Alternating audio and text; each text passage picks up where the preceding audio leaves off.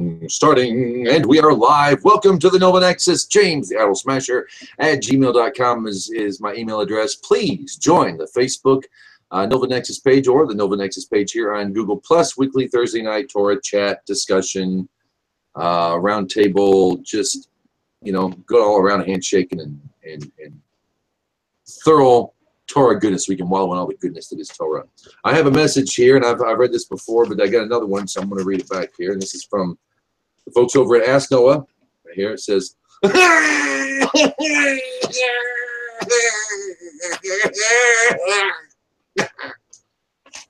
Ask Noah. Thank you very much. Some other stuff that's great.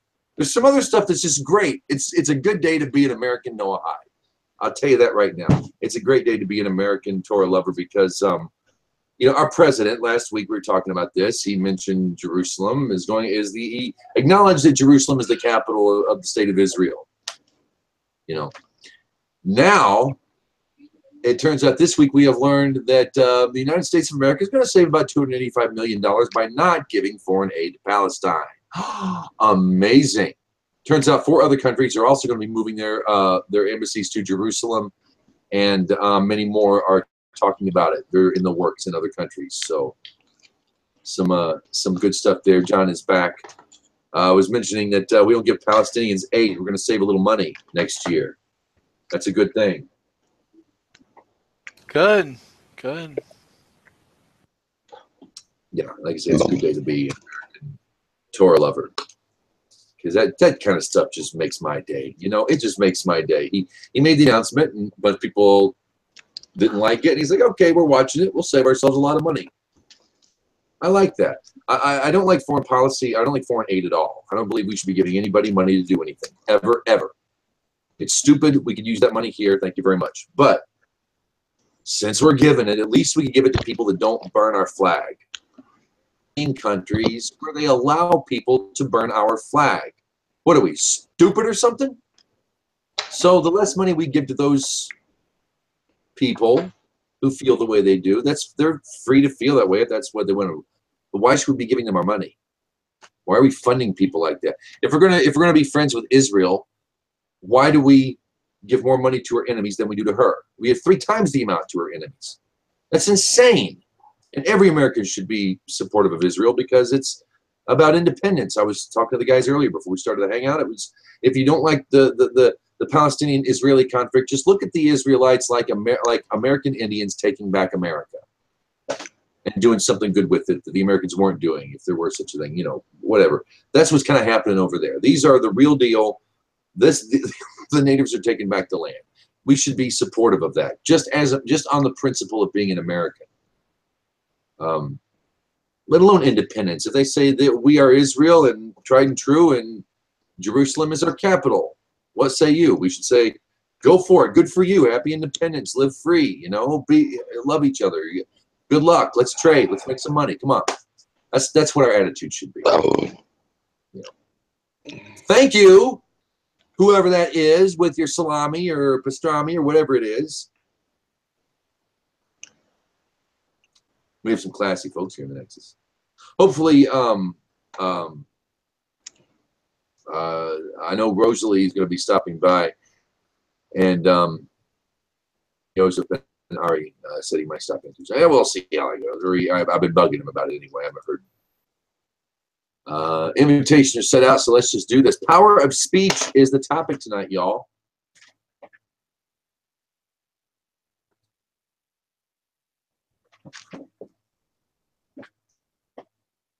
If you want to know just how powerful speech can be,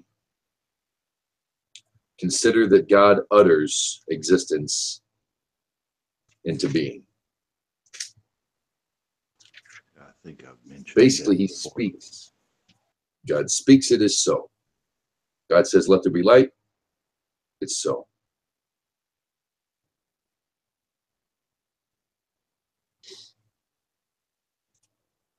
And it kind of goes into other stuff we've talked about too in the past, you know. When it comes to things like Lashon Hara and Motzi Shemra, and we were talking about how in Florida and a lot of places in Texas where I grew up, when you asked for a Coke, kind, and then you tell them 7-Up, Dr. Pepper, root beer, Coca-Cola, whatever.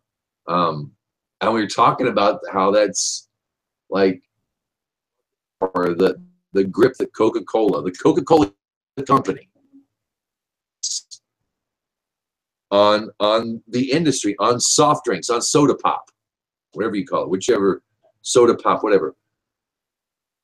How everyone will refer to it as a Coke in certain areas, not even thinking, oh my gosh, how I love the Coca-Cola company. They might want an orange soda, but they'll call it a Coke. Power of speech. What was it in Facebook, John? What did you bring up in Facebook? What's going on? What's going on with Facebook? What's that? What were we talking about when you mentioned the power of speech? Or when we were looking for a topic? Oh, the government wants to change. The Trump administration has put out a sort of an official list of words that they want to change or no longer say. One being, as an example, you can no longer refer to a fetus as a fetus. It has to be referred to as an unborn child, as one example. Or something else I read. Yeah, that was the big one that caught my eye, which is interesting because the last administration wanted to change the lexicon too, and how things were officially spoken. You weren't allowed to say Oriental, and you weren't allowed to say American Indian, which is stupid because all our treaties with the Indians, they are called American Indians. You know what Indians call themselves? Indians. Shh. Well, to be fair, the majority of them do. There are some that don't refer to themselves. But yeah, the majority of them do. Yeah, you'd be real surprised. In Oklahoma, Indian is just then here comes another bunch of white people. They're going to give them another name. You know, we come over and we call them Indians, and they say, okay, we're Indians. We got that. 400, 500, 600 years later, 500 years later, a bunch of guilty white liberals and a few colored folk in there too decide that they're going to give the Indians a new name, and then we can't use that one anymore. So we're Indian given the name that we gave them to give them a new name that we decided was right for them. You won't believe how many people who've never met an Indian, who wouldn't know an Indian if they met one. They see Indian, they say Mexican. $10. These people have never seen an Indian in their life are going to tell me that I can't say American Indian. Or Oriental. I worked for a Laotian lady. Her name was Lamyai. It means flower, but everyone called her Pookie. And I was like, I got a question for you, Pookie. What does Oriental mean to you? She goes, I'm Oriental. What are you talking about? Can't you see? And I we kind of laughed, and she was like, huh. And I was like, no, I was told that I can't say Oriental anymore. I don't think she was really into that. She was hip to the PC stuff that was going on. We were very busy people at the time. Probably her more than me, apparently. And she's like, I'm Oriental. That's just where we are. We Oriental. We are Oriental people. What's the problem? Thinking that I was mad that she was, and I had to explain to her, no, I was told that. And she just kind of looks at me like, it's like, we're Oriental. That's what we are. And, she's first generation American Laotian. All her parents or grandparents barely speak English. They were all born in Laos. They're not Americanized necessarily. They're citizens, but yeah, she was looked at me funny, like, why wouldn't you call me Oriental? I'm Oriental, see? And she points to her. So now Idiot. we have to change a movie title. Murder on the Asiatic Express. Hey, Hadassah. Shalom, shalom. Hi guys. Shalom, Hi. hello. How you doing? I'm doing well, Baruch Hashem. How are you guys? Baruch Hashem. I'm above ground, so it's good. A good day. How's studies going? I'm on winter break, so. Good. Christmas. We got the Trump administration officially Christmas vacation. Yeah, he said Christmas vacation.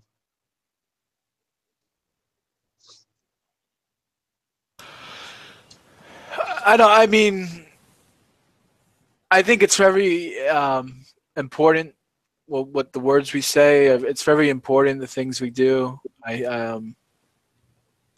Speech is very important. Very careful. I think it can be. I don't know how to really say this. I don't like the. I mean, I like Trump. I get what he's doing, but like you said, Obama did it. Everyone does it. Bush probably did it. Whereas, I mean, everyone's got to swing their words around. Like I mean, I think the government, if anything, should stay out of telling us what words we can say, what words we can't say. I think that's it. I think that's what's. I think that's absolutely wrong, in my opinion. I don't know about you, James, but it rubs me the wrong way when the government starts telling me words I can say. Well, okay. Technically speaking, they're not telling me what words to say. That it's their propaganda on their documents, right? I mean, so of course they're gonna have an agenda, if you want to say, about words they're going to use, right? Of course, it's manipulative. The government, it's the government. It's going to be manipulated, right? But yeah, I don't know. I didn't expect any less. Right, you don't expect anything less. Yeah. We got the new tax code. It's still evil, but it's a lot less evil. There's a lot less. They don't come up and punch you in the gut and then tell you and say, give me your money. Now they just show the holstered weapon and say, give me your money. So there's a lot less, it's a lower grade of evil. That's kind of how, when the government, and I see what Trump's doing and I get it, but it's like you say, he's fallen into the same trap that if we control the language, we can control thought. And that's the game they're in. I'm watching this news video on YouTube, and Bernie Sanders, he's spewing out a bunch of nonsense, really fake news. I mean, it was on CNN, and even the CNN host. I mean, Bernie's complaining that in the tax code that you no longer have to pay a fine for not having health insurance. Right. Trump got rid of the mandate. You're not going to get fined, taxed for not having health care. And even the host was like, Bernie, they're not going to have health insurance because they're willing not to participate. You understand that? They're getting fined for not paying. They don't want it. They're getting fined for not wanting it. And Bernie's like, 18 million Americans will be without health care. And even the fake news CNN host says, Bernie, it's willingly. Hello, Bernie. Hello, McFly. Think. They're not buying it to begin with. What are you talking about? They're 18 million without health insurance. They don't have it to begin with. What are you talking about, Bernie? I love you, but come on now. What's going on?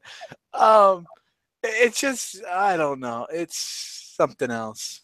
I like Bernie in a lot of ways. I really honestly do. And I was subscribed to him before he ran for president. He wasn't quite as radically far left as he was. When he ran for president, he became a different guy.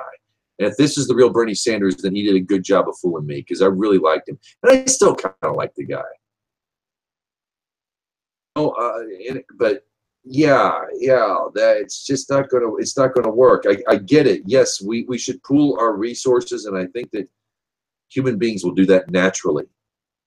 I really do. I think that people have been communist really from the get-go in a lot of ways. We do like to pool our resources. We do like to have lit streets, and we do like having police, and even a fire. That's one thing that was socialized, and I support that.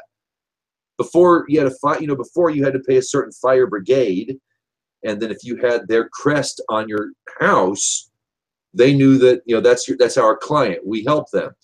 But if you didn't have that crest, they'd drive on by and not even put your fire out, and the other company would have to do it.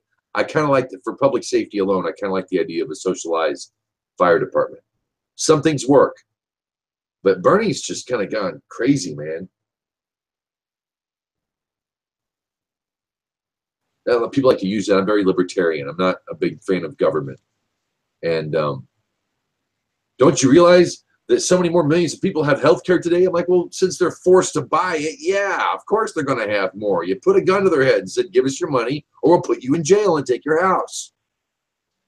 Of course people are going to buy that.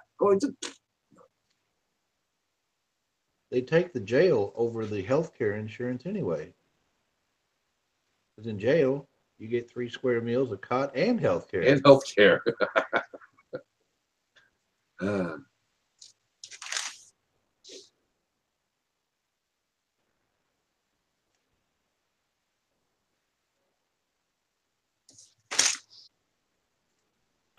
The Torah says a lot about speech. It's a very powerful thing. Speech has the power to create things. It also says that a righteous person, when a righteous person makes a statement, that it comes true. A couple of weeks back, as an example, at the patriarch Jacob had a argument with Laban, his slave master, and Laban said that there was someone who stole his. He was like Laban. If you don't know who he was, he practiced like black magic, and he had like this crystal. This folklore. People look into a crystal ball and they can see the future, or they can see where someone is. Well, this is where it comes from. Laban had one of these. But I think it was like more like a skull or something. I don't think it was a crystal ball exactly. But he had his crystal ball, and someone stole it. It turns out to be Jacob's wife. And Jacob didn't understand that she stole it, but she stole it so they can be free from him, because every time that Jacob tried to escape from him in the past, he can always find them. And the reason why he can always find them is because he looked into the crystal ball and see where he was. So he stole it and then destroyed it because it was an idol. It was a so Jacob says, the person who stole it will die, and that's how she died, because his speech, he spoke, and it came true. So that's an example of the Torah that explains to us that speech has power. Go ahead, Ross. Take it away. I say, if you want to take that one step further, in the more recent Parsha, when Joseph set his brothers up, so to speak, and planted the goblet in Benjamin's bag, when Manasseh caught up with them, the brothers, well, first of all, before that, Joseph had accused his brothers, saying, "You are spies, come to spy out the nakedness of the land." A few parshas up, we do see that they actually go to spy out Canaan. Also in this same parsha, he says, when he caught up with the brothers, they said, we wouldn't dare do something like that. You can search our backpack, our saddles. Remember, Rebecca had it in her saddle. She was sitting on it. And the brothers made the statement, "Whomever you find it with shall die."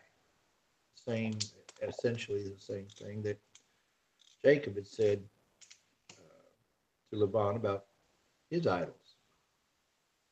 And then the brothers further said, not only shall the person you find it with die, but we will also become your slaves.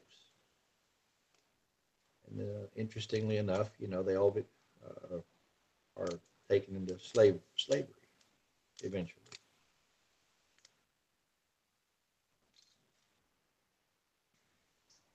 So you've got the spy statement, and then you've got the slavery statement, and both of those events, or related events, eventually occurred. Huh. Yeah, I go with I love what Psalms chapter 34, verse 14 says. We say it in prayer and davening every day. Actually, say it multiple times a day if you pray if you do that sort of thing. It says, guard your tongue from evil and from your lips from this deceitful speech. That's something that I says here. We talked about this a couple of weeks ago. The whole thing about pure speech. Remember that, Russ? We spoke a couple of weeks ago about pure speech. It says here says here in the Torah chapter, Genesis chapter. Oh God, what is this? I forget. But anyway, it says the Lord had confounded their speech of the whole earth, and the Lord scattered them around the planet, or whatever it says. Right. Babbling. Quit your babbling. Right. Well, I, interestingly enough, had a chance to read a letter that the Vilna Gaon had written back to his wife as he was on his way to traveling to Israel. Ross, I'm going to ask you to get a little. I'm going to have to ask you to get a little closer to your mic. The app isn't working in the control room, so I can't up your volume. All right. Is this a little better? Yes, sir. Very much so. Thank you. Good, good, good. Okay. The Vilna Gaon had written a letter back to his wife and children while he was on his way to Israel. And in it, he mentions that, I'll just give you the gist of it, that in the house, everyone's speech should be pleasant and gentle, and that whatever is said should be uplifting, and essentially saying, you know, as much as possible, otherwise just be silent. Don't say anything, because the gist of the letter was that your speech is essentially the determining factor as to, I don't want to say whether you get to go to the world to come or not, but it has a bearing on status or stature. In other words, to me, I come to understand a little bit differently that evil speech is essentially putting someone else down, demeaning them, taunting, whatever. And whether you're doing that out of hate or spite, or whether you're doing it out of a conflated ego and you're just attempting to, you know, make yourself feel better by putting someone else down, that is really, really evil speech. Agreed. I used to be a rather free speecher myself, where I just kind of let anything. I had no filter. You can ask John. John, you can ask Chris, as far as being online and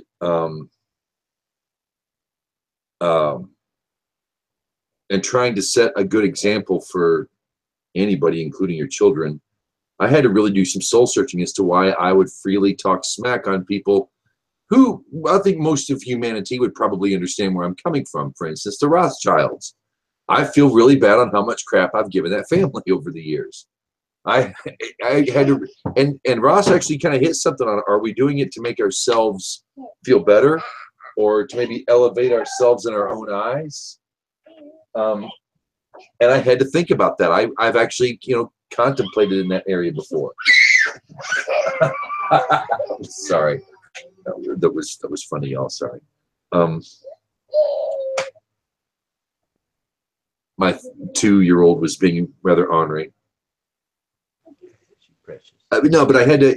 It was. Am I doing this to make myself feel better, or to at least I'm not one of them, even though they might be complete and total schmucks? I really had to pull back on that, and I'm on here every week, so I had to. A lot of it, I think, might have to do with, at least I'm not that guy over there, or, you know, a way to justify one's own behavior, or not make someone feel, not, you know, to feel better about oneself, maybe at the expense of another who might deserve it. And even John's in here. He's like, you know, you don't want to talk bad on somebody even when it's true. Maybe you can use another name. Maybe you can tell an anecdote that would parallel the situation, that would, you know, there's a better way to go about it. A better way. Well, that was sort of the gist of the letter, is let your speech be pleasant, polite, and kind. And if it can't be, then it's better just to say nothing. I mean, it's very easy for anybody, any of us, to demean, belittle, taunt. You know, it's easy. It is easy. Anybody can do it. But the trick is, and this is what I'm starting to understand. The trick is if you can't control your tongue,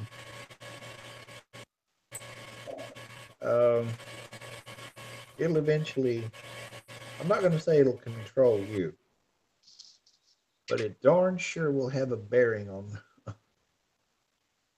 on the outcome of your life. Your tongue will get you into fights easy all day long. Arguments, disagreements. But that's why the Torah consistently, constantly, forever says, pursue peace. And one of the best ways to pursue. I want to unpack that for a little bit, Russ. I want to get on my high horse here and get on a pedestal and diatribe for a little bit. Is that all right, James? Can I just preach mode? Can I do my preach mode here real quick? So long as you're loud enough, everybody can hear you. Am I loud? Am I low, or what's going on? Testing. Am I low? Go for it. Shot from the hilltops. Go for it. All right. We can hear you now. Oh, praise the Lord. Praise the Lord. Hallelujah. Okay. Go and tell it from the mountains, over the hills and far away. No, so what it's a gospel song. Sorry. What makes Judaism what? You call this a soapbox? I'm sorry. Hadassah got me. I'm sorry, got me. Okay. So what's beautiful about Judaism and what makes it so much better than the other religions, and I know it's kind of like my shtick that I love JC. I dig the shit out of the man personally. I like him. But what's different between us, Judaism, and Noahidism, or whatever you want to call it, and let's say Christianity or even Islam or other religions, it's all about speech. Their religion's about speech. It's all about a man came and said, you know what? I heard the voice of God. This is what he says. Oh, okay, nice. All right. And we're supposed to just accept it, right? Jesus, one guy comes along and says, you know, I have a message, believe in me. Okay. Muhammad, one man, came along with a message, says, believe in me. Judaism is not about speech. Or it's not even about thinking, which is speech in your mind. You could think things all the time in your head. It doesn't matter, really, at the end of the day. What Judaism is all about, and I want to expand upon what Ross says, it's about action. It's about the things you do. Judaism doesn't care about your thoughts, your feelings, your speech, and especially speech. Oh, I didn't want to wake up today. I didn't feel good. Well, did you pray? Nah, you said something bad about something? Yeah, I was gossiping. See, God doesn't care. It's about the actions you do. Actions, mitzvot. Did you make the world a better place? Did you put on tefillin? Did you light Shabbos candles? Are you keeping kosher? It's about actions, about the physicality. It's about the actually making the place holy or better or uplifting the place. And that was beautifully said, Ross. I just wanted to add on to that. Thank you. So I'm getting down off my soapbox there now. I appreciate the contribution, and that is the other half of his statement was, pleasant speech, peaceful speech, but the other half of it was read, study, keep your head in in the Mishnah or whatever Torah study. Don't sit around being idle and unproductive. If you don't have chores to do, cleaning dishes, sweeping the floor, milking a cow, whatever, study, study, study, study. Because when you go out in the world, at the end of the day, I mean, you're going to encounter people. You're going to meet them, regardless. You're going to have business dealings. You're going to have meetings with physicians or whatever. But your character, the way you view other people from the get-go, if you go out with a predisposition that everybody's an a-hole or everybody's out to get you or whatever, your speech will reflect that. It's essentially saying just, give everybody the benefit of the doubt. Every man was created in the image of God. Don't curse that image. It says that every time you disregard Lashon Hara, it says that every time God himself will disregard the things that Satan will say about you on Judgment Day. Ooh. Yeah, see, a lot of people aren't aware of that, John, that there's your prosecutor, when you're to be judged, Satan is going to be your prosecutor before God. He's not just here to test your goodness here. He's the guy who speaks against you. And I see it like a Perry Mason episode. The prosecutor is more interested in the truth in a Perry Mason video than he is, winning a case. And that's kind of how I've heard, and I haven't had a lot of people say this, but that now I want to say Satan is rooting for you, but the Satan would rather have you, would much rather have you be a goodly person before God. Would hope that you'd win, but at the same time, look at all this shiznit you've done. A lot of people don't know he's a prosecutor as well, that he's not just an adversary on earth. He's the one who, yeah, man. Well, do you recall some time back how I said that every one of us are judges, whether we're aware of it or not? We're always judging. Yeah. Yes. And you'll judge a person by what they say, what you hear. You'll decide friend or foe, intelligent or not, so on and so forth. It's not that you judge. That's the big thing in the common vernacular is don't judge. Don't judge, don't judge me. And Torah doesn't say that. Torah says judge, but judge fairly. Judge by my statutes, by my standards. That's how not only are we, or as an individual, is judged by those standards by Hashem. That's also the standards that we're supposed to impose on the earth. That's dangerous. Don't judge. Yes, judge. And do it fairly, and stand up. Don't just don't judge is bad. I think it's really actually bad for a culture when that's kind of the thing with the kids. Don't judge. Yes, judge fairly. That's denim right there. That's the whole ass. That's the base denim. You go into it harshly, severely, and at the end of it, you have arrived on the far side of mercy. That's we are judges. True. I found that letter, but I'm looking for something else. But part of what the letter he's saying is Therefore, I exhort you to train yourself to sit as much as possible. Sit, meaning be quiet, be still. Because the sin of the tongue is the most severe. As our sages said in Tosefta Pea 1. These are the things, and Lashon Hara is equivalent to them all. I don't have to elaborate on this most serious sin of all. All man's toil is for his mouth. Koheles 6:7.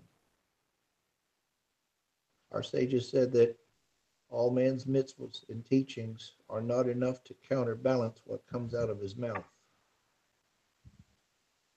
What should be a man's pursuit in this world? He should be silent. And that's from Chillin 89a. And again, we read in a couple of different places in Torah, be silent, all flesh. And it does say again that on the day of judgment, I believe, every mouth will stop and every tongue will be silent.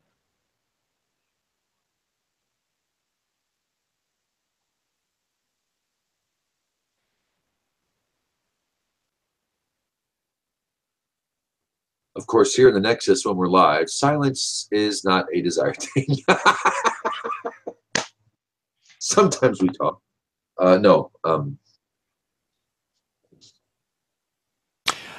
Yeah, I mean, the speech topic is there's just so much to unpack. I mean, there's so much to go over. We could sit here for days talking about speech. You know. How is Noahide code, the universal Torah for all mankind? How is it transmitted? Orally. How is Abraham? How is the eighth commandment given to he and his people? It was given orally. How do we pray to God? Orally. When you pray to God, that's the thing, is I prayed in my heart. That's great.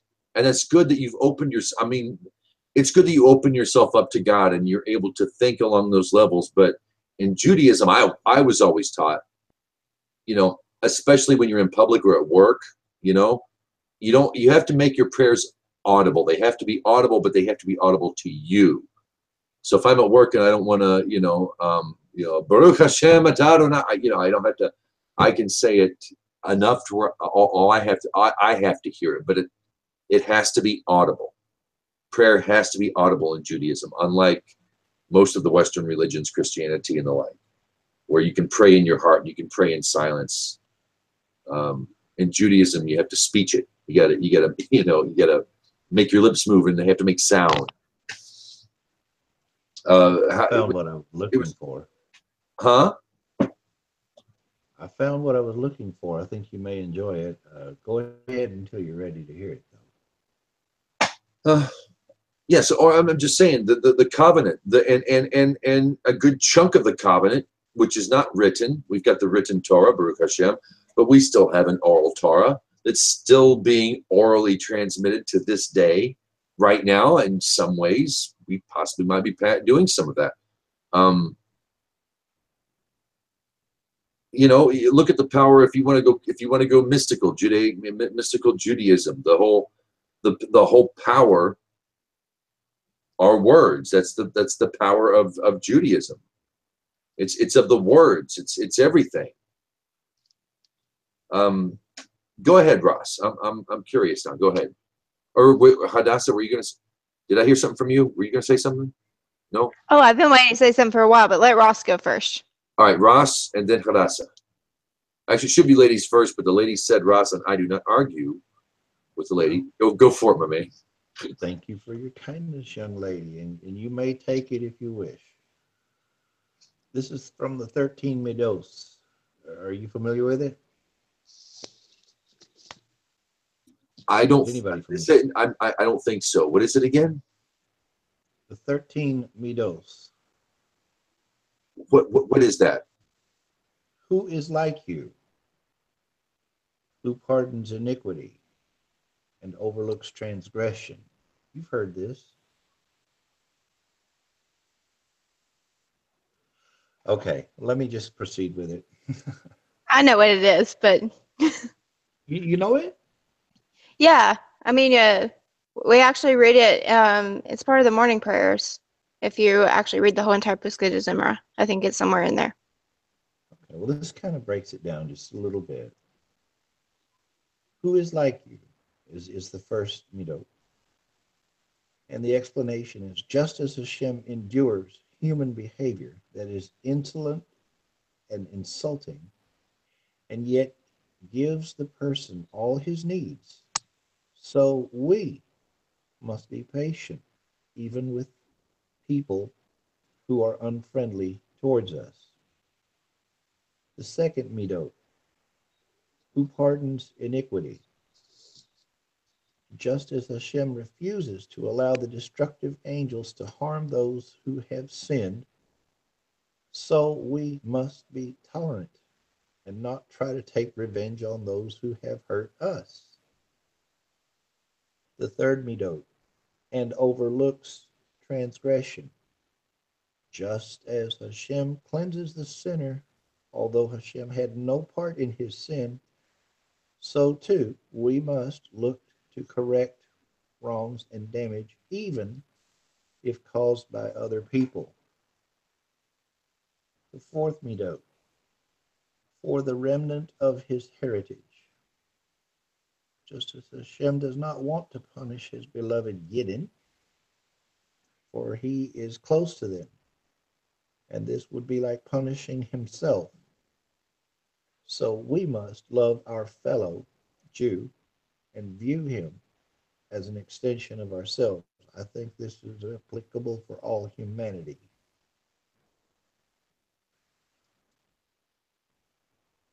The next midot, he does not retain his wrath eternally, just as Hashem does not retain his anger eternally, although it would be within his rights to do so.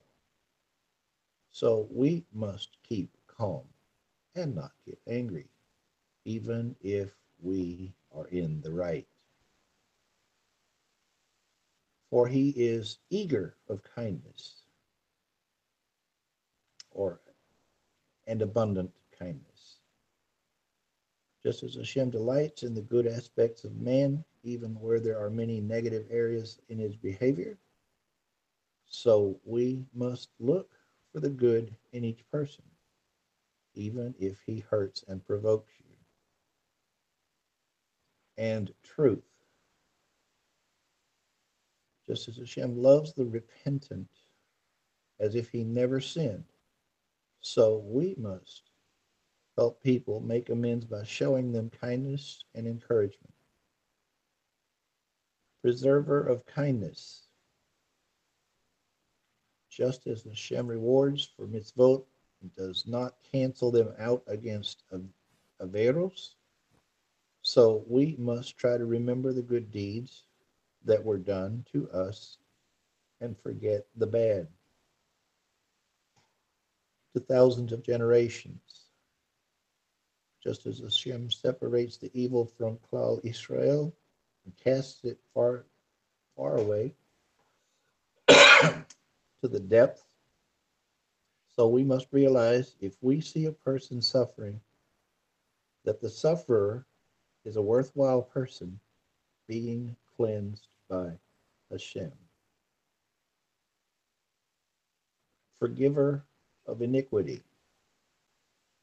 Just as Hashem acts in total faith and honesty to every person, so we must be true and fair in all dealings with our neighbor.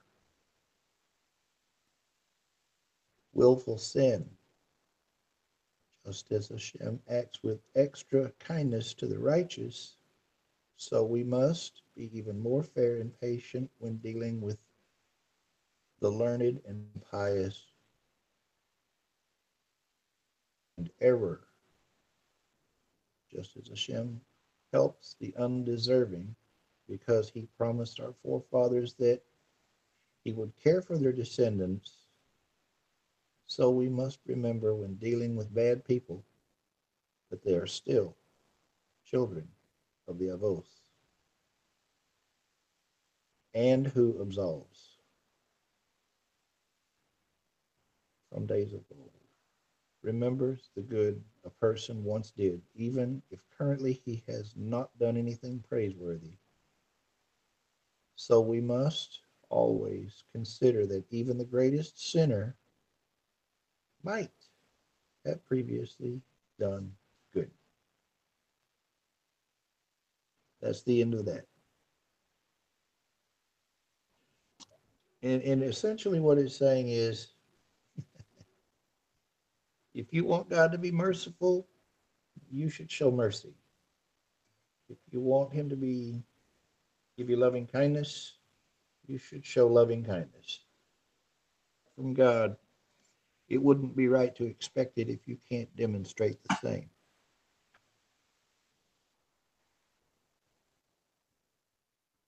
I think we always think about our actions coming back to us and karma.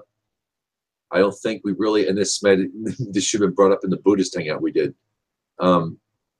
We never really think of karma on a cosmic divine level. That it doesn't come from other men. The kindness doesn't come from other men. It comes from Hashem when you give kindness. Thank you, Ross. That's awesome. And that's the midot. What is the midot? And can we find it online? I'll let Hadassah take it from here and explain it. Well then, Hadassah, the room is yours, my lady. Okay. Oh, I don't whack my head on the cabinet first. All right. So what I had to say was, wait, tonight. You need to wipe your head on the cabinet? No, I almost not Hit ran her, into the she almost ran cabinet. into the cabinet. I can send you some towels if you need. Go ahead. Sorry.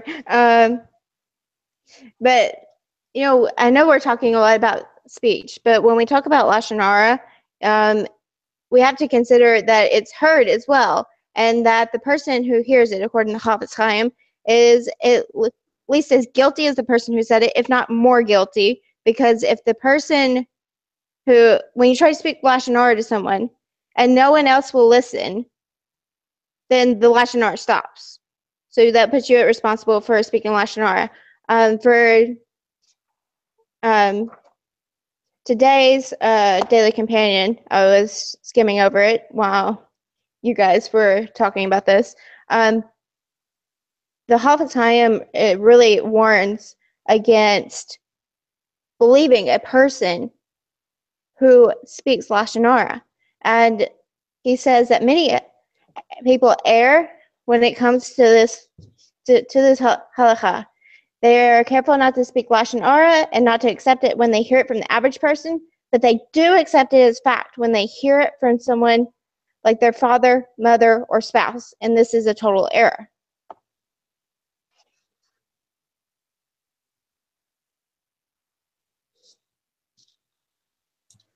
Isn't the person who hears it considered damaged as much as the character of the person who's being attacked?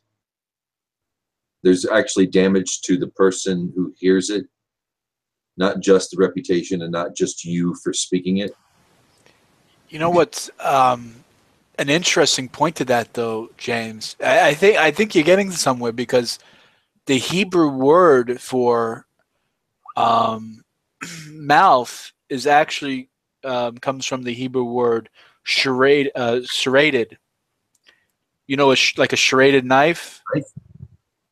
Yeah, like a serrated knife, not like a clean, smooth knife like you shuck an animal. Like in the sacrifice, that's to be a smooth knife. Yeah.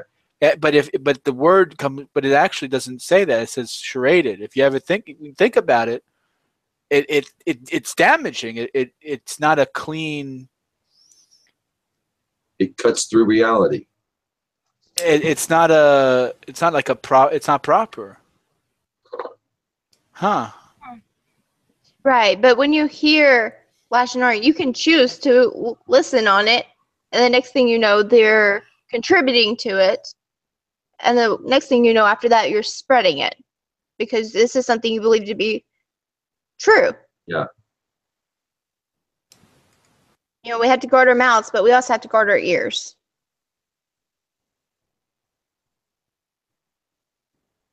You know, as someone who reads radio news, I have to take that into consideration every day as an ethical monotheist.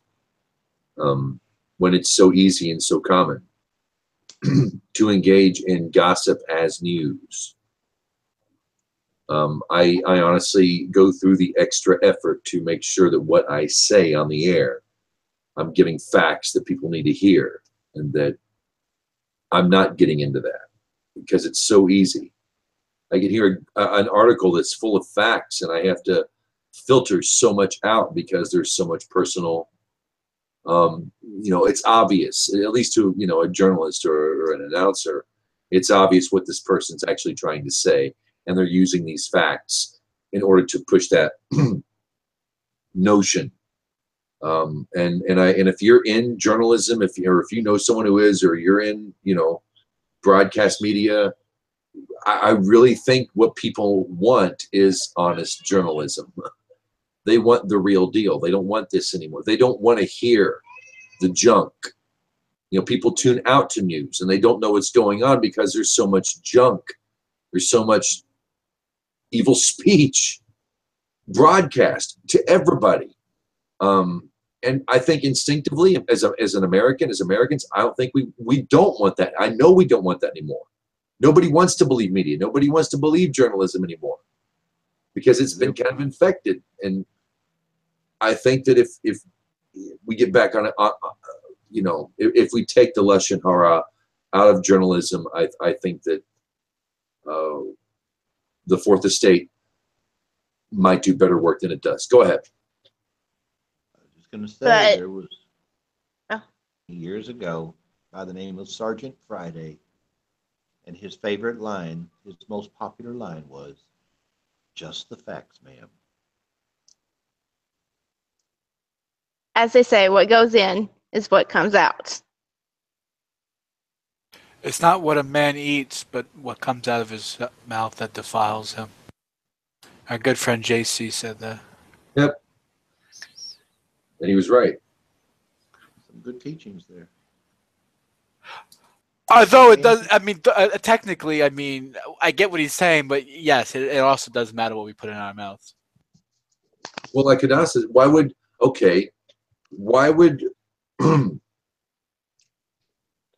okay, let's say up until Sinai,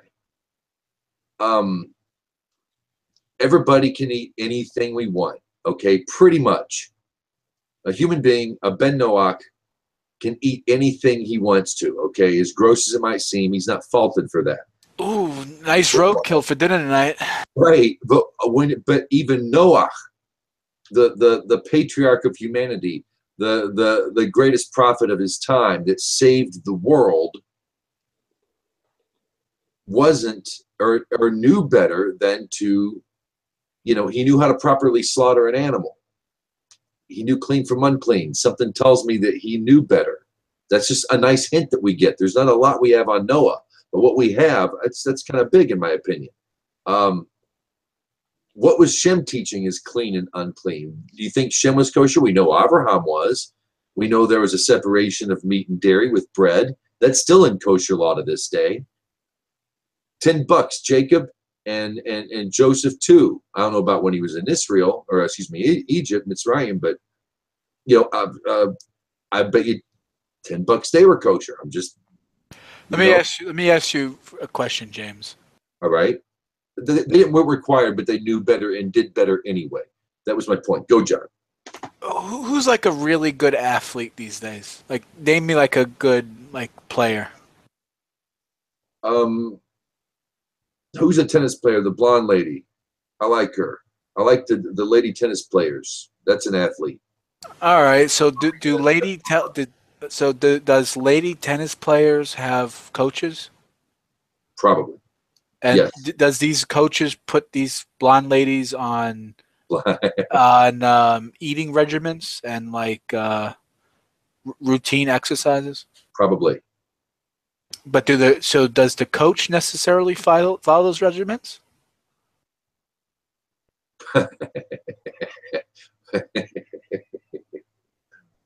You get what I'm saying? Yes.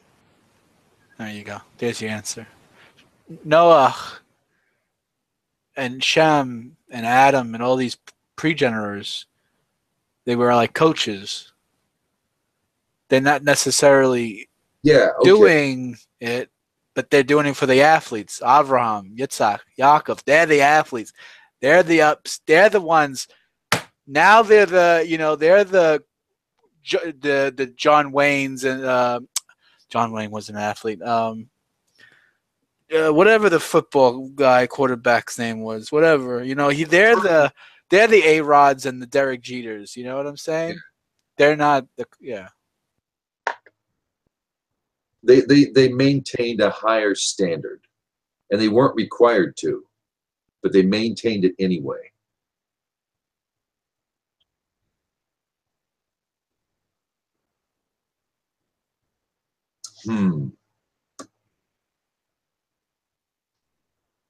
Why would he give a diet?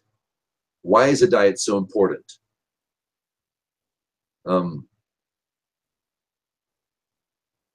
a priestly level, why is diet so important? And it does go in the same orifice we speak through. I can kind of see. I'll just be honest with you. When I eat less quality meat at the house here, and I wasn't aware of it, I noticed my speech wasn't great. When the meat changed, when the way I cooked the meat changed, I think honestly a lot of my thoughts got better. When the dairy and the meat were reduced significantly in the household, I think things changed. I really think the diet has something to do with it. And it's just to do with the soul, not just speech. Let's just get right to it. It does have something to do with it. I mean, holistic medicine, you'll hear people say and use the term a lot, you've got to detoxify your system. And exactly. So whether we are aware of it or not, there is that potential that what we're eating may have some quote unquote toxic effect. And to answer your question from earlier, yes, you can find the 13 meat oat online. Okay, good. I suggest we have a discussion one week on Torah and health. Speaking of food. You got it. Someone said to me, this was like, I don't know. Some people are just, they're wackadoo. The Jews, they're just, I'm not saying the Jews are less educated or more educated. There's, okay, whatever. Right. But someone said, a Jew came up to me and goes, "Oh, you want to eat? You want to eat healthy?" And I go, "Yeah. I want to eat healthy. I want to eat better. I want to lose the weight. I got a little heavy over the past few months." So this guy says to me, "Eat kosher. You can eat whatever you want. Eat kosher. You won't be unhealthy." I'm thinking to myself, what the fuck have I been doing for the past couple of years? What is it? I mean the stupidness that people say. Just eat kosher. What do you mean? I can literally eat gallons and gallons of crystal oil or whatever that stuff is called. It doesn't mean I'm going to be healthy. It could have I could eat just there's a I don't know if this guy knew that. I didn't put him down or anything. I didn't say anything. But there's some absolute, it could have the best hechsher. It could have Chabad hechsher on it. It doesn't mean it's going to be less calories or less cholesterol in it or something. I've had a couple rabbis warn me. It's like, look, just because it's kosher doesn't mean it's healthy. There's not a difference. It's better to eat kosher, yes, but that's not going to that alone doesn't do it for you. That's well, yeah. 2 dozen sufganiyot, it's not good for anybody. You know, World of the Gear has a great section in the back of it called Beyond the Limb of a Living Animal. And no one's ever put, you know, and they list off, you know, things, you know, foods you eat. And I want to study this again for next week's topic, which will be Torah and health. Because the Torah is not about personal health either, it's about environmental health. And we don't like to think that, but the way we treat our animals, whether they're for food or not, is a huge Torah mitzvot, a universal Torah mitzvot that I think we're lacking in. I know, you know, we've got problems with half-assed idolatry that we get in the Western religions. I say half-assed because it's not biblical. You don't see people offering their children to Moloch anymore. We've gotten better in a lot of ways. Okay, we don't have the sacred stone of Peor. We're getting better in a lot of ways. You know, we've come a long way in a lot of ways. Even the atheists behave nowadays. But I think one thing we're lacking in, I know Hadassah has brought this up before, and we talked. I think we did with the mermaid thing, which was fun. But Everman Hahai, limb of a living animal, the universal commandment which carries over, I think, pretty much full on into Judaism. I in no way think that the Noahide slaughter should be any different than a kosher slaughter. The only difference is how you adjudicate it. The technique should be the same because there's no double standard in how God accepts an elevation offering. If God accepted Noah's slaughter, then Noah did it right. That means that it's our obligation to live up to that standard as Noahides. And it's hard in a Goy world. Goy food, you know, if you can get a local farmer, trust me, $10, he does closer to Torah slaughter than what you're getting out of factories. We really overlook that as Noahides. Yeah, I don't think it's difficult to eat kosher meat.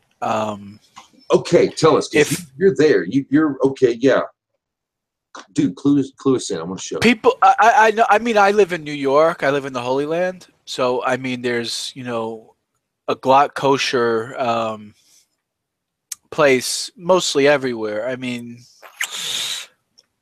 I don't have to go more than 3 miles to find a kosher store, right? So I'm lucky. Now there's some people that maybe they live what we refer to as flyover country, between New York and LA. There's no, like what you're saying, no, James, is that Noah, if that's a good, actually, I never really thought about that before. If Noah's sacrifice is good, then why? So I was going to say, just raise your own chicken. If you can't, if your excuse is I can't eat kosher because there's no kosher butcher, okay, well, raise your own chickens.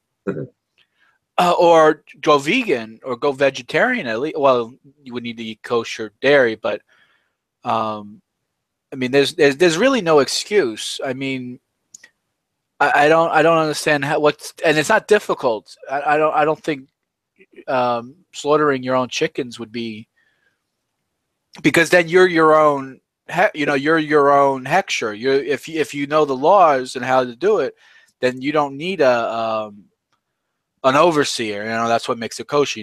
Certain requirements, and you're fulfilling that if you're doing it. And the thing is the ger can eat nevela, right? And it can be sold to the nokri. So there's no foul if it's not completely right kosher. There could be just one little slip up. For a Jew, that's everything in the world. One little slip up, and it's not kosher. It's nevela. Boom, done. We get a lenience, don't we, as non-Jews, as Noahides? We would get maybe a bit of a lenience in how it's done, but there's still a right way. Go ahead. I have some other suggestions if you live in the middle of nowhere.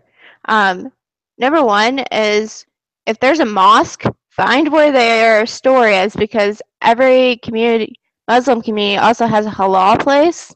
It might be in the back middles of nowhere. But if you can find where it is, and also then you have the Amish and the Mennonites that are frequently, slaughter their own and sell it Yes. for purchase. In Kansas, we shopped a lot at the Amish market, and it's just better food. Oh, even the steak is just, it's not the same thing. Yeah, you can go to an Amish village, tell them that, let's say you're squirmish, you don't like blood. Let's say you can't really, or you don't have it in you to kill an animal. I can understand. I probably wouldn't be able to kill an animal. Right. Have them slaughter it and just oversee it. Tell them that you want to stop by one day, pick up some, lamb chops, but you have to be there to watch it. I mean, technically, you can't eat it if they do it and then you don't, like, you can't. That's forbidden. Can't do it. But if you're there to oversee it, you can. I don't know. Maybe I'm wrong. It'd be good to have if the rabbi actually showed up tonight. One night that we actually need him. No, I'm just kidding. We need Gav every week. I don't know. How does that work? Could you oversee it yourself as a Noahide? If you oversee it, would that count as a proper slaughter? Someone else does it? Well, if we've witnessed it, I've never witnessed a live kosher slaughter. I've actually gone online and watched them. It's not the most pleasant thing, but when you're there, because I have been on a hunt, never hunted. But what's it called? Hadassah. What is it called when someone? What's the overseers? What's the term for it? It's what is it like? Mashgiach. A Mashiach. Yeah. Mashgiach. But like for Noahides, you have such a leniency because you don't have to do it with the blade. There was a community in Nashville years ago that was actually approved. The rabbi told them that their method of slaughter was to actually take a gun and shoot the animal in the head. Yeah. So you don't have to. Say that again. There, the rabbis who was working with the Noahide community a couple hours from here. I think they've moved on out east to the East Part of Tennessee, near Chattanooga. But anyways, their approved method for slaughter for the animals was to take a gun and to shoot it in the head. They did it by gunfire, but it's just making sure that the meat is not taken until the animal is dead. So you have to wait around a couple minutes, and that's it. I mean, it's... So that's considered kosher slaughter by shooting an animal in the head with a gun? For Noahides. For a Noahide? It's not... Yes. Okay. All right. You don't have to do all the salting and the extra slaughter. It is literally making sure you do not take meat from the animal while it's still alive. Okay, so disregard my last statement about... yeah, but no one. Because the way I mean, if like let's say this is what I told by my rabbi. It's like, let's say I want to go to a supermarket and there, it's a Goyish supermarket, but I want to buy the fish there. But I can buy the fish there. But let's say I want them to cut it and fillet it and all that stuff. He told me that I could just bring my kosher knife and request that they do it all with my kosher knife. Right, because knives... And then I'm there overseeing them, and I'm over there watching him do it. Like, it's considered... Okay, but I don't know. Yeah, that's because knives tend to transmit unkosher taste, and that's the concern to that. The knives that they use might have been previously used for shellfish. So you can do it that way.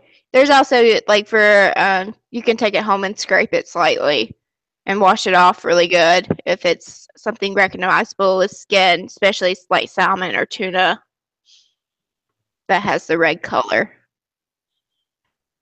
See, we can't fault a man for hunting, is what I get out of the Noahide Everman Haha. You can't fault a man for hunting to survive. Sometimes you got to chase down an antelope or wildebeest if you're going to survive. You're going to feed your family for a season, you have to. I mean, I'm just thinking to myself. Yeah, I mean, James, I'm like thinking to myself. It says that Isaac used to love the deer that Esav used to bring him. I mean, I can't imagine Esav, going around with like an AK-47 blowing like deer up. You know what I'm saying? Well, It's certainly better than stunning them like they do in slaughterhouses, where the animal's still conscious or still alive, and then they slaughter it and start chopping it up. I'd say a shotgun to the back of the head would be a much more humane way than that. But what I'm saying is, I hear you. You can't fault a man in the wilderness when you're trying to survive after a flood. You can't fault a man for hunting. Okay, sometimes it's not always kosher. Sometimes you got to go primal. Wait, did Noah have to hunt? No, it didn't. No, but that's my point. Okay. There was always a better. There seems to be, and some agree and some don't. I'm going to go on a limb. I'm just going to say it. Noah was kosher, for as kosher as he could possibly be for his time. And I honestly believe that he taught Shem that, and that Shem taught Avraham, and that Shem taught, Aver that. I think that, honestly, I think there has always been, since the elevation offering was offered, there's always been a proper way to shech an animal. And even though we're given leniency because sometimes we got to hunt the thing like an animal and chase a deer down with a spear, we're not going to be faulted for surviving. But I think if we're going to be God-fearers, we should promote the closest thing we can get to kosher. A better treatment of animals. We've let it go on that. It's become an industry, and they've become a product. And these are critters. They have souls, and we should. I think that would elevate our soul. But I think that if society could get a hold of themselves on this issue, we could see a real change in the behavior of men. That's my thing. I'm done. Okay. I've got just a small little something here. As far as Noah was concerned, and we do read it there, it said that do not eat the blood, which is suggesting that you drain the blood from whatever animal it is you intend to consume. Which I still think applies back to what Hadasha said. You go ahead and shoot it, it's a kosher slaughter, but you still have to drain the blood. And if I'm not mistaken, I may be, don't quote me, but there was ever an offering of any animal, temple, always drained from the animal. Sometimes it was placed on the corner of the altar, sprinkled, but almost always the rest of the blood was poured out around the base of the altar. Even birds, when they were killed, their blood was drained from them and covered over with the earth. So it's all about draining the blood, never the consumption of the blood. Actually, I'm going to jump in real quick. I actually said you do not have to. As a Noahide, you do not have to drain the blood. The prohibition in Parsha Noah refers to taking blood from the actual live animal. It's not just the meat, it also applies to its blood. So there are countries, especially communities in Africa, where it's very common to extract blood from a cow and make a drink for children because it contains a lot of calcium in it for them to drink it. And that would be prohibited. While the animal is still alive. Mm-hmm. Yes. So after it's dead, you don't have to worry about salting and stuff. That is after Sinai. That's after the Jews received the Torah. That applies specifically to kosher slaughter, but not necessarily for the kosher slaughter for Noahides. There's two different categories. Well, even Abraham would have to have known how to properly give an animal. He said, take a lamb. Abraham knew a better way to treat an animal than, say, others. I interrupted you, Ross. I'm sorry. Go ahead. No, you didn't interrupt. It just I was going to say I'm curious now as to whether or not my grandfather might have actually been Jewish, because he had a farm up in Tennessee, but anytime a cow went dry, that was exactly what he did. He would slaughter it, drain the blood from it, hang it up in the barn, and salt cure it. but it was He was way old too school. big to. Huh? He was old school. That's like, wow. Oh yeah.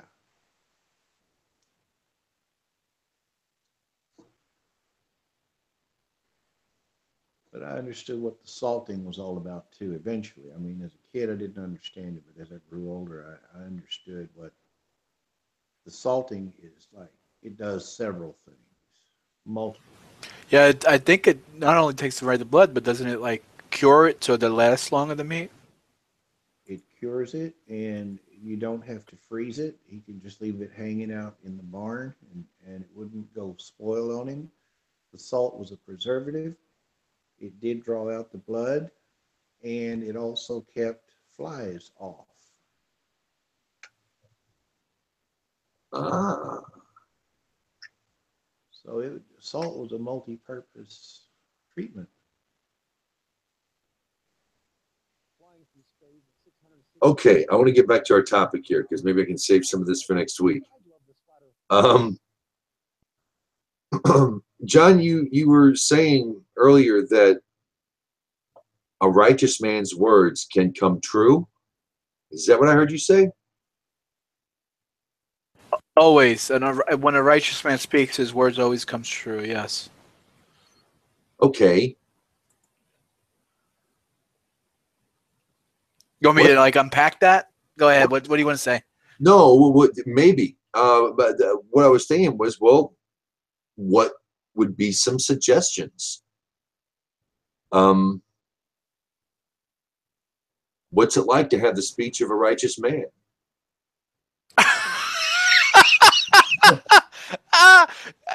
Are you saying that I'm righteous? Thank you, James. Thank you. Yeah, well, That you're righteous, and so your power of speech says I'm a righteous man. For therefore, bing bada boom, I'm a righteous man. I'm right. You think I'm right? Wow. Nice. You see how it works? That's beautiful. I mean, there's many examples. Moshe says, "Takes my name out of the book," so therefore, his speech had to have be done in such a way. So that's why in that next Parsha, his name is not mentioned in the book, because in some way his speech had to come true because he was a righteous man. Like I said, what about Jacob? Jacob, he said that whoever stole your idol shall die, and therefore his wife died. It is so. I mean, there's so many things. Balaam, the prophet, he spoke the curses, and they came true as blessings. I mean, many times. I'm sure you could think of some off the top of your head, James, but those are the ones I could think of off the top of my head. It was well. I'm wondering how can. If our speech can come true. That's why we shouldn't say negative things. Like Russ was saying earlier, that it says in the Zohar that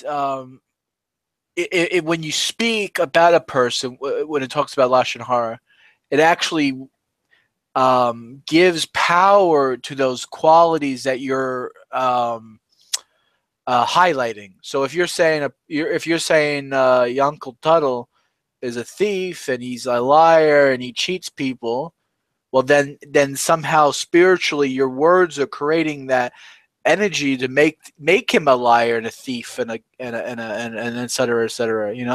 It's highlighting those qualities in a person, so that then he's known as that. That's why we're forbidden to speak such Lashon Hara. I constantly talk about this, like when a person's sick or a person, I say this a couple of times before, James, that we're not even supposed to think bad thoughts. Like if according to the Torah, it says that a person's sick, it means they're a sinner, and they're going through some sort of teshuvah. But we're not even supposed to think that. We're supposed to think, oh, he must be sick because he's such a righteous man. He's weak from doing mitzvot. So we're not even supposed to think negative, even though it is negative. We're supposed to think positive. And that's the same thing with our words too. We're supposed to say positive things, even if it is not true. Like when people like, for an example, when you told me you lost your job, what did I say? Mazel tov, congratulations. Yeah. It's not even supposed to be, oh, sorry, Jen, boo hoo, that sucks, because that's negative. That's a negative. You're highlighting, or you're highlighting negative traits that shouldn't be highlighted. If you don't highlight them, they won't germinate into full-fleshed reality, so to speak, I guess. I can give you another practical example, modern day. Yeah, a little louder, Ross, if you could, please, sir. I was just saying, I can give you another modern day practical example of how that works. Yeah, go ahead, shoot. There are parents that have children that, for whatever reason, aren't performing well in school. And the parent will respond a lot of times saying, "You're lazy, you're stupid, you'll never amount to a hill of beans, you're worthless." Just over and over and over. Every time the kid struggles, fails, or doesn't perform well, that's because you're stupid, or you're just lazy, or whatever, right? They're always piling these negative statements on that child. And, you know, 8, 9, 10, 11, 12, all the way up to 18, he hears this for 10 years. He graduates school, and what does he think about himself? I'm lazy. I'll never amount to a hill of beans. I'm stupid. It's been ingrained in him.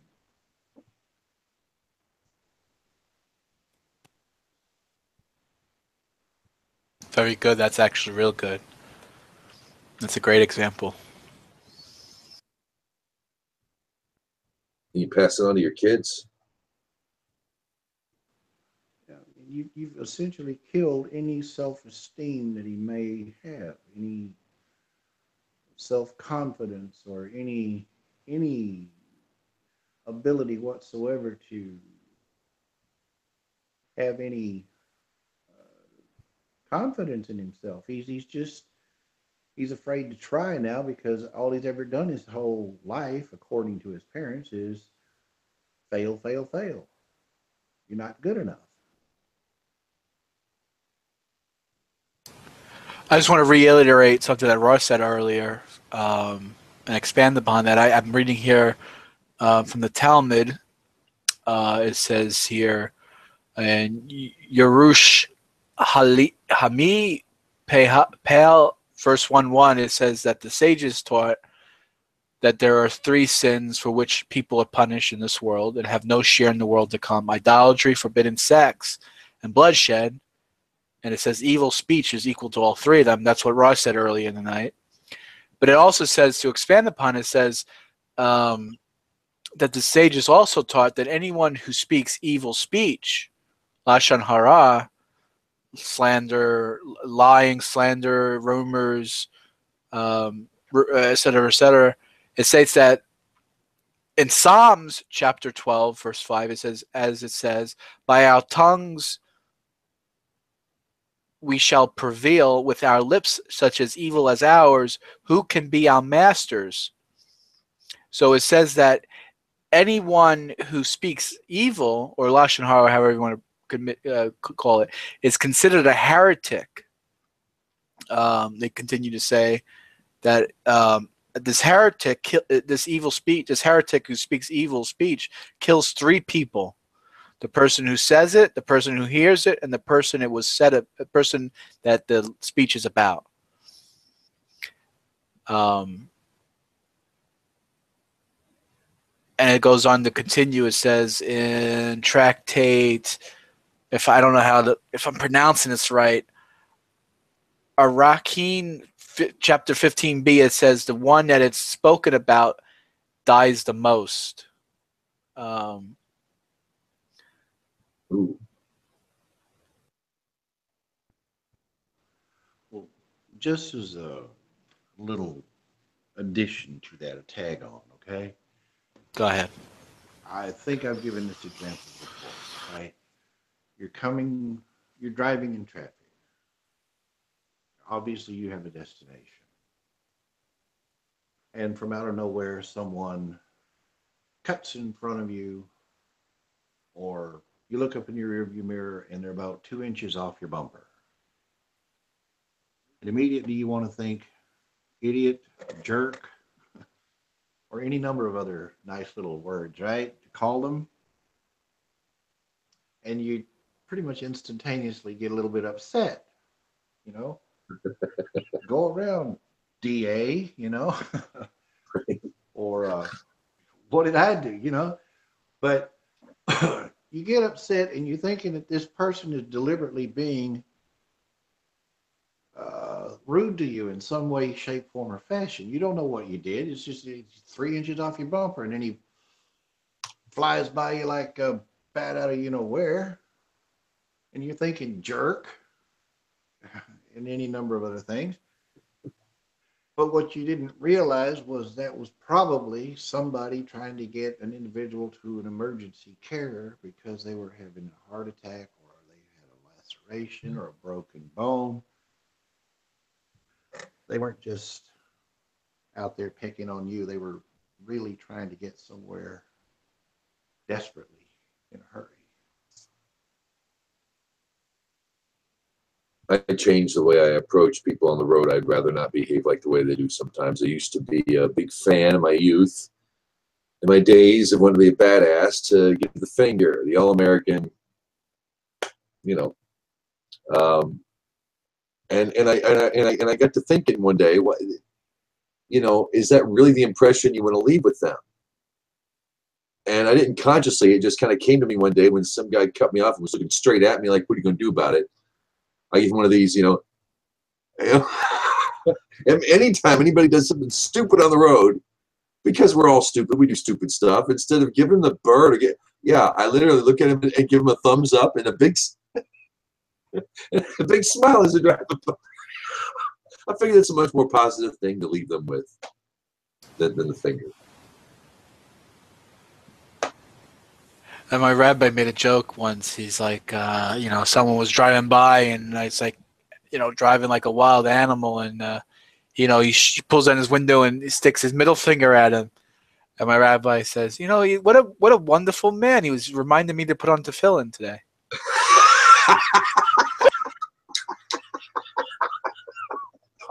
Amen. That's awesome.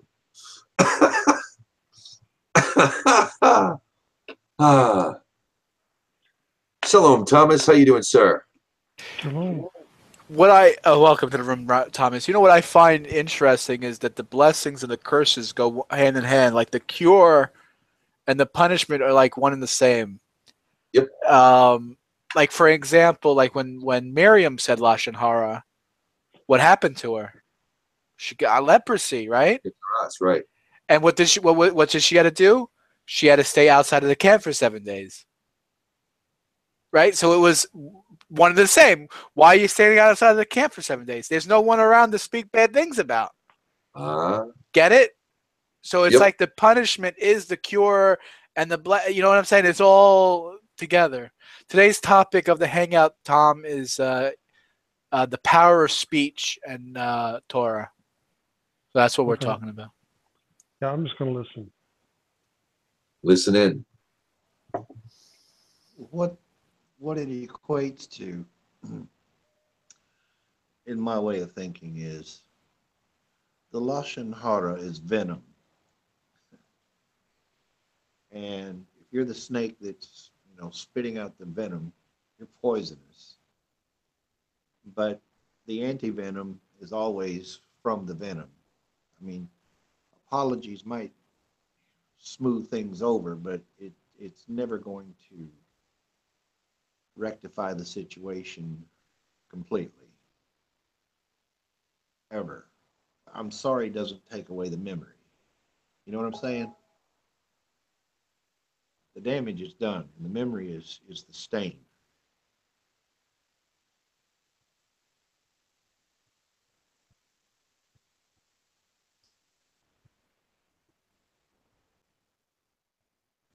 Ooh, I See love now, that, John. And it's a stain because it's permanent. You know, once you speak something, it's there. You can't take it back. You can never undo what you say. Sinful speech is a trap for the evil man, but the righteous escapes from trouble. The righteous man won't speak evil.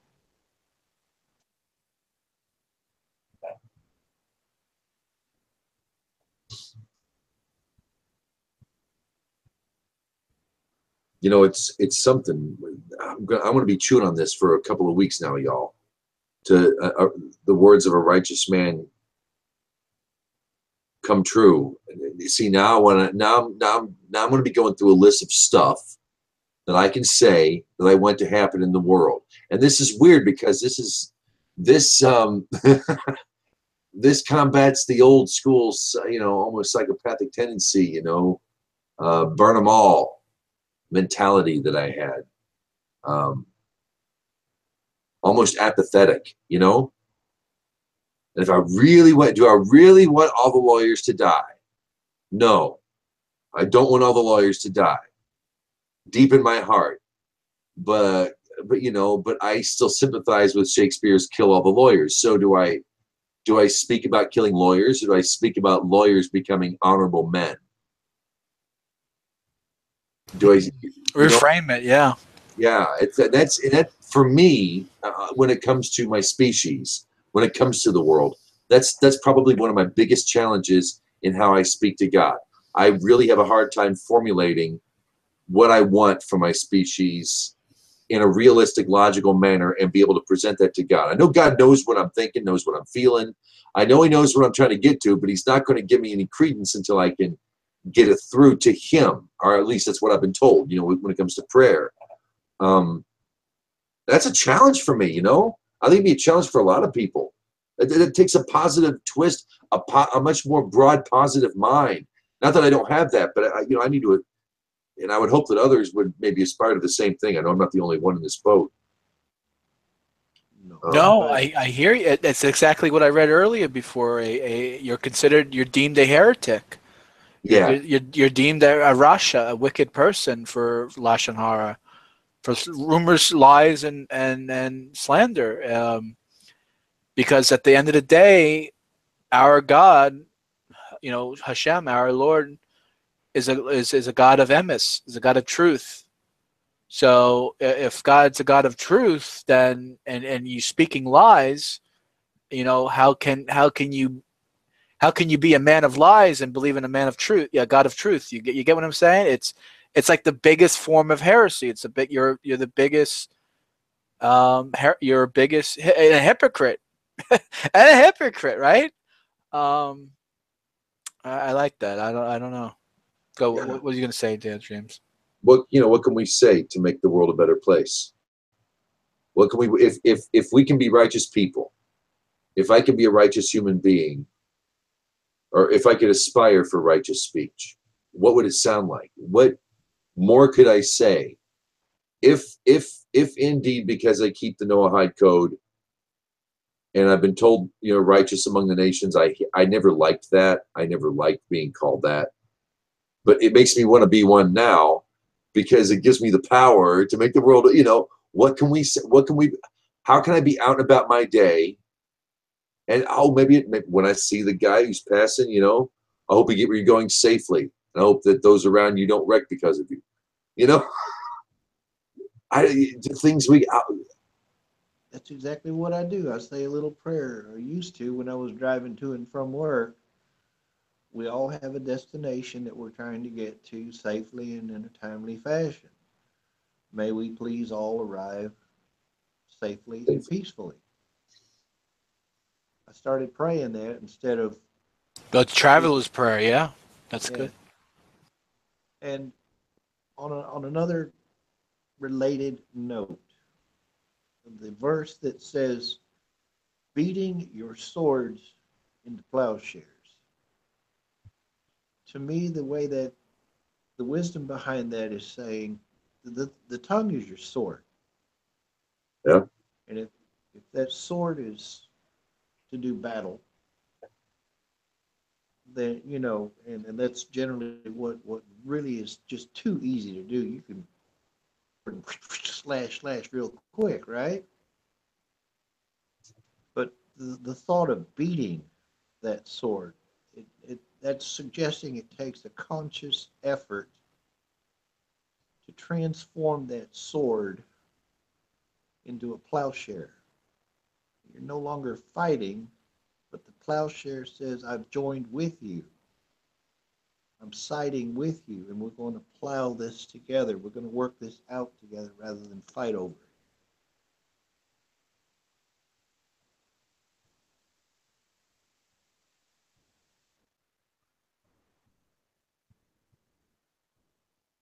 I like that. Israel is the power of the word. Esau is the power of the sword. One day the word will overcome the sword.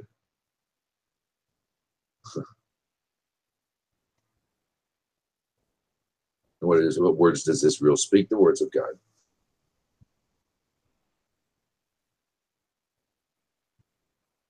See, that's power that we have.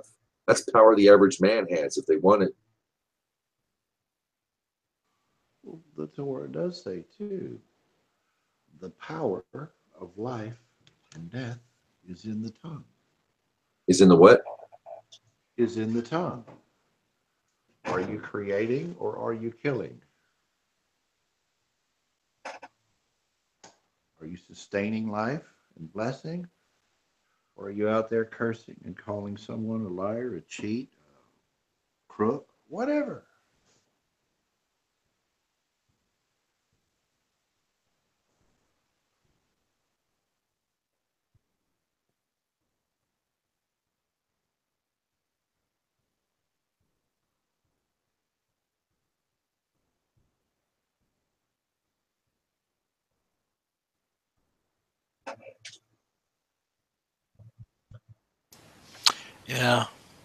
Yeah, pretty much. I'm going to read here my weekly email. I get a weekly email from, Haftarah Roslin, someone from one of the members. He writes a little essay, a little whatever excerpt or however you want to put it about this week's Torah portion. Shout out to Haftarah Roslin. So what's this week's Torah portion? Let's see. I'm looking here. Vayikri, is that this week's Torah portion? Vayikri, yeah, that's what I've got. We read of Jacob's passing. In the context, the Talmud makes a startling observation. Jacob did not die. How can this be? What, was he not embalmed by the Egyptians and subsequently buried by his sons in a cave of the patriarchs in Hebron? The Talmud answers, just as his sons are alive, so is he alive. There are many ways to understand this. One is, just as his sons lived together in peace and harmony after some pretty rough years as teenagers, so is his soul and spirit now lives on in peace through them. We do not need to wait until someone passes away to make peace. Perhaps there is a relationship we know that is needing fixing. Do it today, and Jacob will live on through you. Why Jacob switched the blessings. When Jacob brought his children to his father for a blessing, I'm sorry, let me repeat that. When Joseph brought his children to his father for a blessing, he positioned them before Jacob according to the order of their birth. Manasseh on the right and Ephraim on the left. Jacob, however, crossed his hands and placed his right hand on Ephraim's head. And when Joseph protested that Manasseh was older, Jacob had told him that Manasseh will be great and that Ephraim would surpass him. The key to understanding this lies in the names of the two older brothers. Manasseh was given the name because, quote, God made me forget, meaning totally of my father's household. This refers to a Jew who might have forgotten much of, quote, his father's house, being a Jew. He may know a little about Judaism, but he knows that it is his house.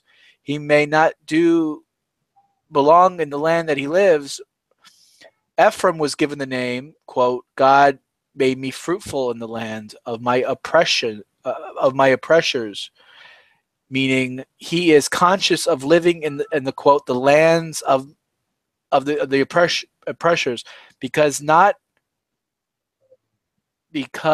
it is not bothered, because he is not bothered by it. Instead, he is fruitful, meaning he transformed the darkness of that environment into light, using the resources of the land to further the advance of Torah and mitzvot, commandments. This is the reason Jacob gave Ephraim the greater blessing, for he realized the ultimate goal is to make the exile itself shine. In addition, by Joseph highlighting the virtues of Manasseh, we learned that it is also necessary to be reminded of one's Jewish roots and an identity. Manasseh makes his brother conscious of this purpose and assists in achieving this accomplishment. This is our reason to carry out the divine mission of both Manasseh and Ephraim. We begin every day with prayers and study, connecting us to our Jewish roots. That is the service of Manasseh. Then we go out into the world and carry out the service of Ephraim to transform the darkness into light. Thank you. That's the end. Amen. I have something interesting after the hangout. I don't want to take us off topic, but I think I have something you might appreciate. All right. Sounds good. Well, if we want to get there quicker, we can do a Haftarah reading. Yeah, go ahead. For the tail end of the broadcast tonight. If you're following me along at home for the first time, we've got a few viewers out there right now. Haftarah. You know, we have the Parsha. You see that brought up in the Parsha is a portion of the Torah that we study on a yearly basis. Every week there's a reading, and we go along the calendar with the reading. From Yom Kippur or from after Yom Kippur to Rosh Hashanah, and then the Haftarah. It's not Haftarah. Haftarah is the a section of the Hebrew Bible that directly pertains to what we just read in the Parsha today. And I believe this is the end of Genesis. Be strong, and may we be strengthened. As we end this particular book, we end the book of Genesis. If you're following along in the, I'll turn the camera on here so you can see what I'm doing here. This is the Chumash I'm going through this particular cycle, and this is where I'm reading from. I got a Stones, I got a Hertz, but this is where we're at today. If you're following along at home, it's 1396 in the Gutnick edition Chumash. 1396 is the Parsha, the Haftarah. So we're going to flip over here. 1396. Is that what I said? Am I going right? 1390. I hadn't forgotten. All right, 1396. All right. 1 Kings chapter 2. I'm going to read the first 12 verses. So it's once again 1 Kings, if you're following along at home, chapter 2. And once again, this might read a bit different, but the great thing about the Gutnick edition Chumash is it kind of clarifies a few things via commentary by putting them into the text. So you don't have to stop and go down and have everything explained to you. The Rashi is there. The time of David's death drew near. He instructed his son Shlomo, saying, I'm going the way of all mortals. Be strong. Though you are young, be mature like a man, for I will no longer be here to guide you. Look after things that God, your God, said to safeguard, so as to follow his ways of mercy and kindness, and keep his super-rational laws, his rational commandments of conduct between man and God, his laws of conduct between man and his fellow, and testimonial laws that commemorate various events, as is written in the Torah of Moshe. Then you will become wise in whatever aspect of divine service you do and wherever you turn. Do this in order that God may fulfill his word that he spoke about me, saying, if your sons are careful in their ways to go before me truthfully, and all their hearts and all their souls, then said God, you will never cease to have one of your descendants upon the throne of Israel. You are also aware that Yoav ben Zeruiah did to me, i.e., what he did to me, the two angry generals of Israel, Avner ben Ner and Amasa ben Yeser, to whom I guaranteed safety. He killed them and shed the blood of war in times of peace. He put the blood of war in the belt around his loins, on the shoes on his feet. You must act according to your wisdom, but not let him have honor for his old age, and see to it that he does not go down to the grave with a peaceful death. Act kindly to the sons of Barzillai, the Gileadite. There we go. Let's try that again.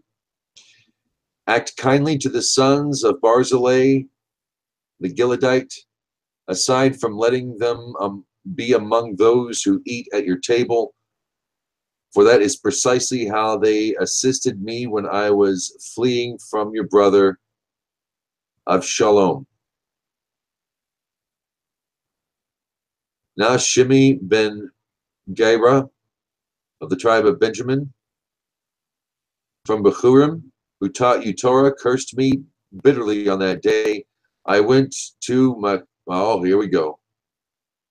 Machanaim when I was fleeing from Avshalom, but later he came down to meet in God's name, saying, I will not kill you with the sword, so I can't take revenge against him personally. However, now you are obligated by this oath, so do not free him from punishment, as you are a wise man and you know what to do to him.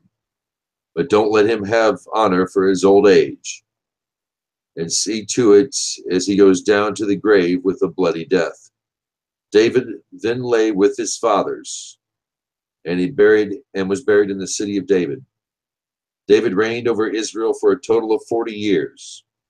In Chevron he reigned for 7 years. In Jerusalem he reigned for 33 years. Shlomo then sat on the throne of his father David, and his sovereignty was firmly established. And that be a choppy, apologies, Haftarah reading this week. It was well done.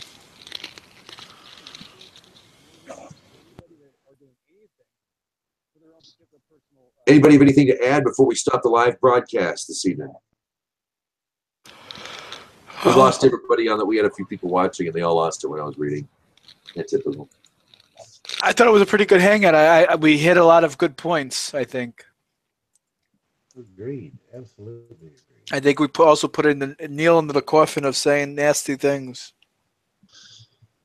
And that we have the power to say good things and they can happen. If we're righteous people, we can, wow, what a thing, I'll be chewing on that for I'll be chewing on that for a while. Definitely. All right. This is it. We're going to end the live portion right now. We're going to get into what Ross is talking about. If you want to join in on all the good stuff that comes after the hangout, you need to join up on the Facebook channel and the Google Plus, or the Facebook group and the Google Plus group, the Nilvah. James the Idol Smasher at gmail.com if you have any questions. On behalf of John, Ross, Rosalie, Hadassah, Chris, and myself, Shabbat Shalom, y'all.